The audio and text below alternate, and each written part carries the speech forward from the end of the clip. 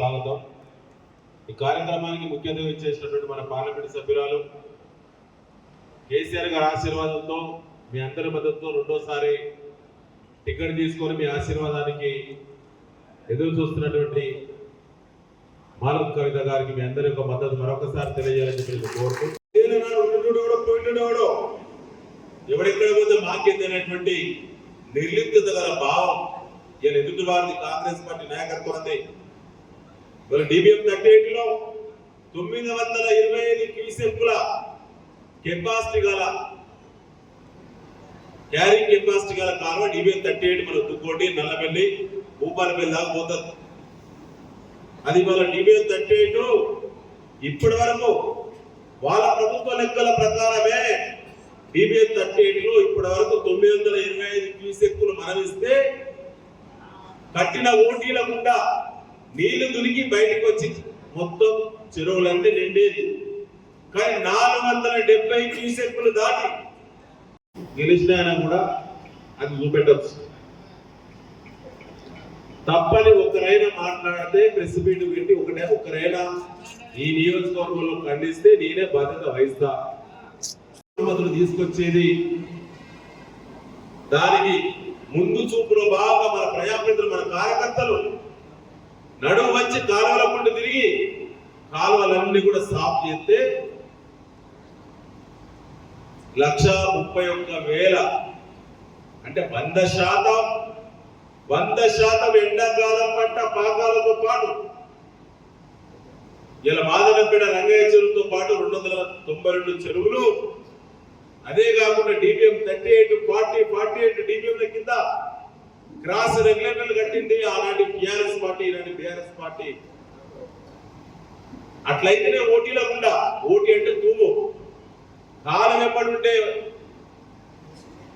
తూములు అనేక చోట్ల control level survey చేసి ఎన్ని క్యూసెక్కుల నీళ్లు కాలంలో వదిలిపెడితే ఓటీ దునికి చెర్లకు నీళ్ళు వస్తాయో దాని ఒక ప్లాన్ చేసింది బిఆర్ఎస్ పార్టీ. ఇవాళ ఎక్కడైనా జరిగిందా? ఆనాడు అధికారుల ప్రజాప్రతినిధుల సమన్వయంతో దుస్థితికి బాధ్యులు ఎవరు? నర్సంపేట నియోజకవర్గాన్ని పరిగణలో తీసుకుంటే తెలంగాణ అంతా అర్థమైపోతుంది. మన నియోజకవర్గంలో ఉన్న గతంలో ఎండాకాలం పంట విస్తీర్ణం ఎంత, నేను శాసనసభ్యుడిగా ఉన్నప్పుడు నేను పర్యవేక్షణ చేసినప్పుడు విస్తీర్ణం ఎంత, ఇవాళ మార్పులో భాగంగా మన విస్తీర్ణం ఎంత, ఇప్పుడు పొలాల్లో శంకల్లో ఉన్న పంట విస్తీర్ణం ఎంత? ఆనాడు 132,500 ఎకరాలు పోయిన యాసంగి పంట పండించింది బిఆర్ఎస్ పార్టీ కేసీఆర్ గారి నాయకత్వం నర్సంపేట నియోజకవర్గంలో. ఇవాళ 90,500 ఎకరాలకు దిగజారిపోయింది నర్సంపేట నియోజకవర్గంలో. ఇప్పుడు షోట్ ఏరియా అది మొక్కజొన్న కావచ్చు, వరి పంట కావచ్చు, ఇతర పంటలు కావచ్చు. క్రాప్ బుకింగ్ పోర్టల్ ఆధారంగానే మనం మాట్లాడుతున్నాం. దాని ఆధారంగానే ఇలా పిపిసి సెంటర్లు పెడతా ఉన్నారు. మొక్కజొన్న కొనుగోలుకు మార్కెట్ సెంటర్లు కూడా ఉన్నాయి. 1% కూడా ఇలా అబద్ధం చెప్పడానికి ఉండదు. పత్రికా సోదరులు కూడా గమనించాలి.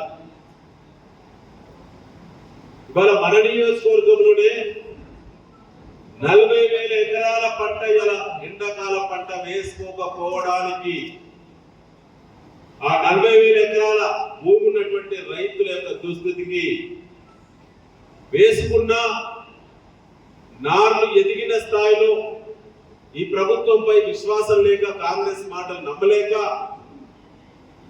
మోసపోయినవా అని చెప్పి అనుమానపడి నాట్లకు దూరం ఉన్న రైతులతో పాటు మొత్తం కలిపి మన దాదాపు 40,000 ఎకరాలు ఇలా ఖాళీగా ఉన్నది మన నియోజకవర్గంలో. ఎంత దిగుబడి లాస్ అయింది మన నియోజకవర్గ రైతాంగానికి, మన గ్రామీణ ఆర్థిక వ్యవస్థ పైన ఎంత ప్రభావం పడ్డదో ఒక పంటకు ఒకసారి మీరు ఆలోచన చేయాలి. ఈ పద్ధతిలో రాష్ట్రమంతా ఇదే